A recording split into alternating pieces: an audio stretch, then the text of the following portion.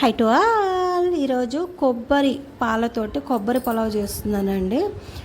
కొబ్బరికాయలు ముక్కలు కొంచెం తీసేసుకొని దాన్ని గ్రేట్ చేసేసుకొని కొబ్బరి తురుము రెడీగా పెట్టేసుకొని మిక్సీలో వేసుకొని పాలు తీసుకోవాలి. కళాయిలోని ఆయిల్ వేసుకొని జీలకర్ర, లవంగాలు, దాల్చిన చెక్క, మరాఠీ మొగ్గ, బిర్యానీ ఆకు ఇవన్నీ వేసేసుకొని ఫ్రై చేసుకోవాలి. ఈ కొంచెం ఫ్రై అయిన వెంటనే ఉల్లిపాయ, పచ్చిమిర్చి, కారము వేరే వేయం కాబట్టి మీ టేస్ట్ తగ్గట్టు కారం కొంచెం వేసుకోవాలి మిరపకాయల రూపంలోనే.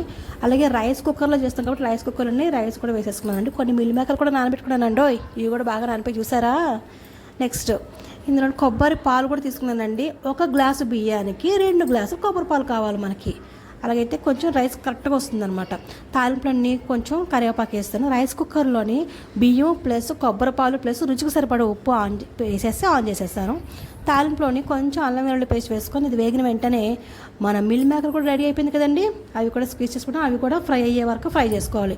ఫ్రై అయిపోయిన తాలింపు మొత్తము ఈ కొబ్బరి పాలు బియ్యం వేసాం కదండి అందులో వేసేసుకొని రైస్ కుక్కర్లోని పెట్టేసుకొని వచ్చే వరకు ఉడికే వరకు ఉంటే అంతేనండి. మన కొబ్బరి పాల పలావ్ సూపర్ అంటే సూపర్గా వస్తుందండి.